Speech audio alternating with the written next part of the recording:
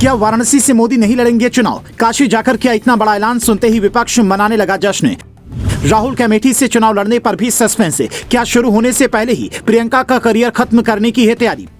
जैसे शिवराज की लाडली बहनों ने जिताया मध्य प्रदेश, वैसे ही मोदी को तीसरी बार पीएम बनाएंगी लखपति दीदी।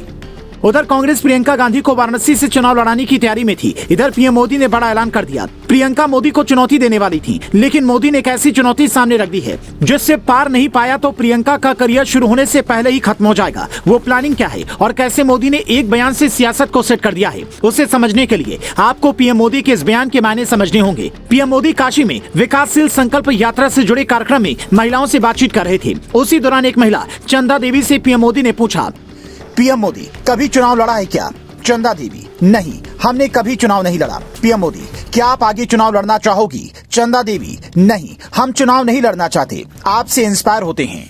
इसके बाद पीएम मोदी कहते हैं कि आप लखपति दीदी बन गई हैं। हमारा सपना देश में 2 करोड़ लखपति दीदी बनाने का है। पीएम मोदी के इतना कहते ही वहां सभा तालियों से गूंज उठती है, जिसके बाद कई दिग्गज ये कह रहे हैं कि जैसे शिवराज को लाडली बहनों ने मध्य प्रदेश जिताया, वैसे ही पीएम मोदी को तीसरी बार लखपति दीदी प्रधानमंत्री बनाएंगी। वैसे भी पीएम मोदी ने चुनाव से कुछ महीने पहले जिस तरह से महिला आरक्षण वाला कानून बनाया है, उससे साफ पता चलता है कि 2024 में चुनाव में महिलाओं की भूमिका बड़ी होने वाली है। इसलिए विपक्षी पार्टियां भी उसी हिसाब से तैयारी में जुट गई हैं। करीब 3 महीने पहले जब अजय राय से ये पूछा गया था कि क्या प्रियंका गांधी वाराणसी से चुनाव लड़ेंगी, तब उन्होंने कहा था अगर प्रियंका गांधी वाराणसी से चुनाव लड़ेंगी तो कांग्रेस का हर कार्यकर्ता उन्हें जिताने के लिए जी जान लगा देगा। इससे पहले प्रियंका के पति रॉबर्ट वाड्रा ने भी ये कहा था कि प्रियंका गांधी को पहले ही संसद पहुंच जाना चाहिए था, वो इसकी हकदार है। जिसके बाद सवाल उठे थे कि अगर प्रियंका इसकी हकदार थी तो फिर उनका ये हक छीना किसने? क्या भाई बहनों के बीच में सियासी अदावत चल रही है? राहुल गांधी बीते चुनाव में अमेठी से स्मृति ईरानी से हार गए थे, उसके बाद वायनाड की सीट से सांसद बने